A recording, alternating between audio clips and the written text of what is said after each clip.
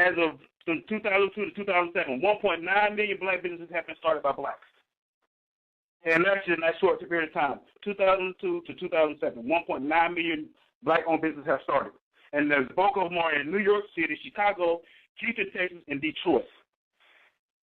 And the reason the integration as far as killing the black-owned businesses is, and that, I talked to my grandfather on that. I didn't talk to my dad. My dad went through a little bit of, my grandfather, he was a revolutionist. You know what I mean? He was an activist. As far as, even when he got drafted, he still did the same thing, and he got kicked out of the Army for being an activist. So I'm going to give you some of the numbers on that. I ain't even going to give you, I'm just saying from my grandfather's words on that as far as the integration on black businesses. It's not because the integration killed it. It's what it is once they integrated the business and the integration kicked off, the whites felt threatened.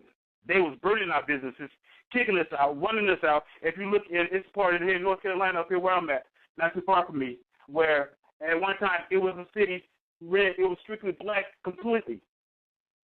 And one night, 90% in that community left. 90% of that community left in a 24-hour period because of the whites.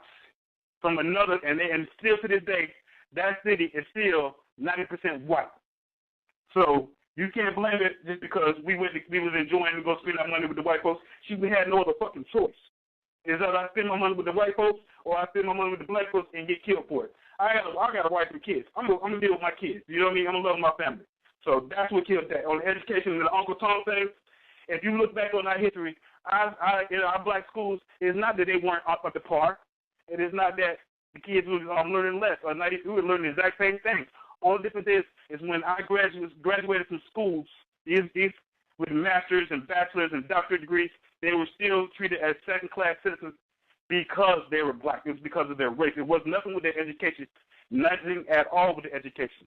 Because still to this day, some of the top schools started out as black schools, private black schools, and were taken over by white folks and turned them into private white colleges and now they're mixed colleges and shit like that. And let's go up to date real fast here before I get a couple of things. And Ferguson, as far as Ferguson is the proof of how we as blacks, not all, but majority of blacks, have to give up our right to vote on something as simple as voting. And I'm not even talking about on the national level, on your local level. Look at Ferguson. Look at the makeup of their city council, their police force. That wasn't done just because of white folks. Did it because niggas stopped fucking voting. Stop exercising the simple right just to walk out. I don't give a damn if it's a mile, 2 miles. Motherfuckers been walking miles to go vote since we were allowed to, since we were able to. Motherfuckers stopped voting. That's why Ferguson got all fucked up. There is 35,000 black millionaires in the United States as of 2013. And not one of them dealing with entertainment, clothes, nothing of that nature. They're anything from mercantile to education. So we got black millionaires. We got black billionaires. And I'm not talking about fucking Dr. Dre and fucking Oprah.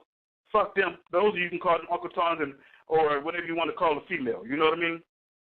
I don't give a damn about that. And as far as credit, I don't give a damn if you're white, black, green, or purple. If you don't have credit, you can't do shit in the United States or in no country. Because I'll give you a good example. You can take a guy who's 38 years old, 39 years old, you say over just under $1 million in the bank. Can't get a house because his credit score is 620. He has the money. 520. He has the money. It's the credit that they want. Because they want to see that you know what the fuck you're going to do with their money. Because they already see that you got your own money. They don't care about your money. So it's not about the money aspect. It is about credit. So last time you only was credit. Credit is a big thing. If you don't know your credit scores, look it up. You can get them for free of charge. And all you got to do is, instead of paying minimum balance, don't ever do it. If the minimum balance is 50, pay 100. That'll cut your credit score down in 6 months, easy, 5 to 10 points. Where I'm from in Central Florida, I didn't hear that story there, but I'm not going to say that didn't happen in that city. But I know from what I've heard and not just my father, it was just a lot of the blacks. Where I'm from in Central Florida, that's what they said. You know, that the integration is what really killed the black community. When they didn't, it's like they didn't know it then, so they were thinking it was progress. But a lot of them know it now, looking back at it now, because they all had black schools. You had black businesses. So there was no poverty there, really. Everybody was poor. And not only that, you didn't have a black neighborhood. You know, you had black communities. You know what I mean? It was thriving. You know, the community raised everybody. And you heard all the stories about how you'll get whipped from somebody down the street. So that's where I'm going at from that angle right there. That's where integration kind of killed that. So now forget what we're doing, because what we're doing is inferior. We're going to go live like the white folks. We're going to spend money with them. That's the angle I'm coming at there. Now, of course, they would, that's power. The brother who was on the call earlier, man, I appreciate, your scholarship, brother, how you came with the actual numbers, man, that you came with the proof, man. You came at me on the mental level, not emotional level, man. That was great, man. The information that you brought was great, man. Okay, first thing you said that there's more white folks on welfare than there is Nubian people. You said black, but I refer to colors Nubian. Well, with Nubian people being 13% of the population, you know what I mean, which goes on to say that 87% of the population ain't even Nubian. 87% of the population, here in North America isn't Nubians, all right? Of course, it would make sense that more of them is on welfare. Yeah, that's the actual fact what you said. No dispute against that. There is more Europeans, that's on welfare than there is Nubians. But the truth still lingers. The truth is, Europeans not economically retarded. You know what I'm saying? The ones who economically retarded is us.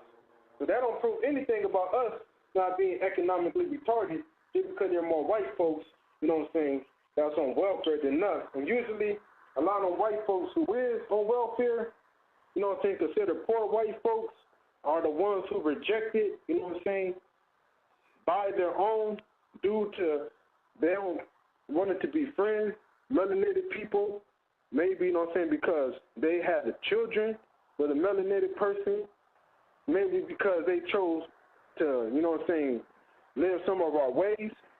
That's not the case with all of them, but with some of them.